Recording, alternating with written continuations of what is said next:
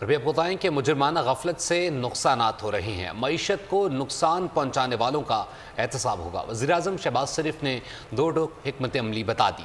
کابینہ اجلاس سے خطاب میں کہا کہ اربوں خربوں آمدن ہو سکتی تھی جسے برباد کر دیا گیا۔ پاکستان کی برآمدات میں اضافہ ہو رہا ہے، بجلی سستی کرنے کے اقدامات کر رہے ہیں، ملکی مفاد کے لیے سخت فیصلے کرنا ہوں گے اور پہرا دینا ہوگا۔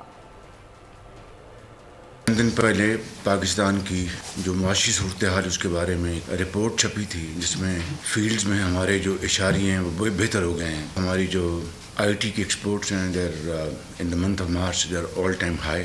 اسی طریقے سے ہماری ایکسپورٹس میں بھی اضافہ ہوا ہے۔ باہر سے جو ریمیٹنسز ہیں ان میں بھی کچھ اضافہ ہوا۔ الحمدللہ صورتحال آہستہ آہستہ بہتر ہو رہی ہے، لیکن بہت محنت کی ضرورت ہے۔ ہمارا جو ایجنڈا ہے ریفارمز کا، ہمیں بڑے اس ملک کے مفاد میں ہمیں سخت فیصلے کرنے پڑیں گے اور اس کے اوپر اس کا پہرا دینا ہوگا، اور انشاءاللہ مجھے پورا یقین ہے اللہ تعالیٰ کے فضل و کرم سے کہ انشاءاللہ یہ کشتی جو ہے مل کر شبانہ روز محنت کر کے یکسوئی اور اتفاق کے ساتھ یہ کنارے لگے گی۔ سبسکرائب کریں اور بیل دبائیں تاکہ کوئی خبر رہ نہ جائے۔